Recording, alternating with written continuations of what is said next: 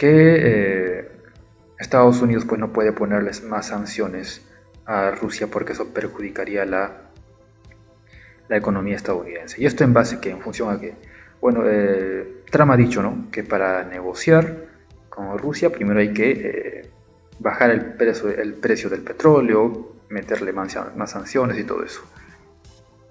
¿Cuál es el problema? Que el presidente Trump pues había dicho que básicamente en 24 horas al día siguiente iba a acabar con esto de la guerra en Ucrania, que era súper fácil para él, ¿no es cierto? Así ya, eso daba a entender. Pero al final parece que Trump está viendo que la situación es bastante compleja. Está viendo básicamente, bien resumidas cuentas, que no puede imponerse a Rusia. Es decir, Estados Unidos se está dando cuenta que no puede imponerle condiciones a Rusia, y es Rusia quien más bien le va a imponer condiciones a Estados Unidos, porque, a ver, Trump está diciendo que el precio del petróleo tiene que caer para de esa manera afectar a la economía rusa, pero ¿qué responde Putin a eso? Responde que esas cosas no son viables, no se puede poner más sanciones a Rusia porque eso afectaría la economía de los Estados Unidos. Básicamente está diciendo Rusia con eso que, bueno, ellos pueden absorber ese tipo de golpes económicos, pero Estados Unidos no lo podría absorber y se verían perjudicados. Básicamente está diciendo que tengo, digamos, las condiciones óptimas para imponer mis condiciones, y lo más probable es que Rusia pues intente efectivamente en las negociaciones imponer sus condiciones. Para empezar, está diciendo que no quiere negociar con Zelensky y solo va a negociar con Estados Unidos de manera directa. Ya desde ahí el gobierno, la dirigencia rusa está imponiendo condiciones. El decirle a Estados Unidos que no puede sancionarle más porque eso le va a perjudicar a la misma economía de Estados Unidos, también es imponerle condiciones más bien Rusia a Estados Unidos, cuando pues desde el discurso del presidente Trump era que Estados Unidos acá mandaba así desde decía y que básicamente en 24 horas iba a acabar con la guerra en Ucrania. Esa confianza que se mostró pues al final en la realidad pues vemos que no es así. Como ya había filtrado el diario alemán Bild, por ejemplo, a ver un ratito acá, el diario alemán Bild filtró que Rusia pues tenía, digamos, la intención de negociar bajo sus determinadas condiciones, es decir, básicamente toda esta zona, pero voy a poner el mapa de esta manera, básicamente que toda esta zona, Rusia quería que sea una Ucrania completamente prorrusa, o sea, nada de nacionalistas ni de extrema derecha, básicamente una Ucrania al estilo Bielorrusia, o sea, completamente prorrusa. Rusia se quedaría con los 4 oblasts que están acá, con los 4 oblasts. Esto nuevamente filtrado por el diario Bild, diario alemán,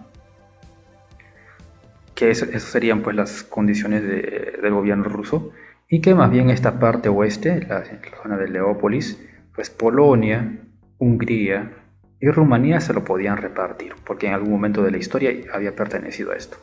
Entonces, como les había mencionado en directos anteriores, esta zona, esto es lo que quedaría pues de la parte central de Ucrania, una Ucrania absolutamente prorrusa, al mismo estilo de Bielorrusia, con esas mismas características, pues es algo que Estados Unidos no podría aceptar porque sería una victoria absoluta para Rusia. O sea, se impondrían no solo en el campo militar, sino que en el campo político. La victoria sería apabullante, escandalosa, algo que Estados Unidos no podría aceptar. Sin embargo, como digo, Trump ya no habla de mañana mismo o en 24 horas voy a acabar con la guerra en Ucrania, sino que está poniendo condiciones, pero antes habría que hacer que disminuya el precio del petróleo, está hablando de ese tema del petróleo para afectar a la economía rusa, y a eso Rusia le responde el mismísimo presidente Putin que eso no puede pasar porque eso afectaría a la economía estadounidense. Una manera elegante de decirle, pues no puedes hacer eso porque a mí no me va a afectar, pero a ti sí.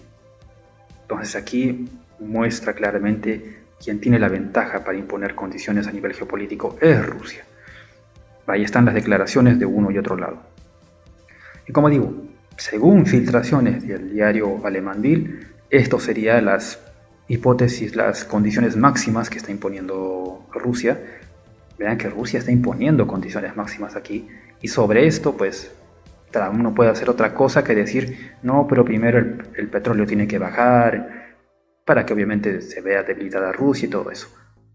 Obviamente, pero ya hemos visto que, a ver, todo Occidente, la OTAN y Estados Unidos lanzaron las sanciones económicas más grandes que se pudieron hacer contra Rusia, y Rusia resistió, o sea, es la realidad. Que le guste a otros sectores, pues es otra cosa, pero la realidad es que resistió Rusia las sanciones. Entonces, más sanciones es muy difícil que ya le puedas tumbar. No le puedes amenazar económicamente. En el campo militar, el nivel de desgaste de la infantería ucraniana pues está llegando a puntos ya de colapso. Toda la OTAN, todo Occidente, Estados Unidos incluido, no son capaces de suministrar la cantidad de material para alcanzar al menos una paridad relativa frente a Rusia, frente a la cantidad de material que pone Rusia sobre el campo de batalla. Y ya sabemos que estamos en una guerra de desgaste, y en una guerra de desgaste, ¿quién gana? ¿Quién tiene más material? Entonces, por lo menos para empatar, uno diría, bueno, voy a alcanzar una paridad relativa, ¿no es cierto? Me voy a acercar, no, ni eso pueden. La industria rusa ha demostrado producir más, no mayor calidad, más número, pero es que eso es bueno, eso no es malo, porque estamos en una guerra de desgaste. En una guerra de desgaste tú no requieres calidad, tú requieres cantidad. ¿Cuál es el problema? Por ejemplo, canales otanistas pues no entienden esta naturaleza de la guerra de desgaste. Su sesgo es completamente OTAN, completamente guerra de maniobras, y fijados en la calidad. La calidad es muy buena, pero para la guerra de maniobras, porque dura unas semanas nada más. La guerra de desgaste dura años. Un tanque, ya sea un Abrams, un Leopard o un T-72, igual son destruidos cuando pisan una mina antitanque, cuando les cae un misil antitanque, o últimamente cuando les cae un dron antitanque. Los dos son destruidos igual. Y ni hablar pues de lo que es el mantenimiento, ¿no es cierto? O sea, es súper complejo eso, y por muchas razones técnicas, en una guerra de desgaste que te va a durar años, pues te conviene un material robusto, pero que se pueda producir en grandes cantidades. Como Rusia ha impuesto la guerra de desgaste, su industria estaba diseñada precisamente para una guerra de desgaste. Una guerra una guerra de alta intensidad, de alto consumo de material. Y es por eso que la industria rusa pues está básicamente con números gruesos, triplicando el número de material, tomando como ejemplo la munición de artillería tan fundamental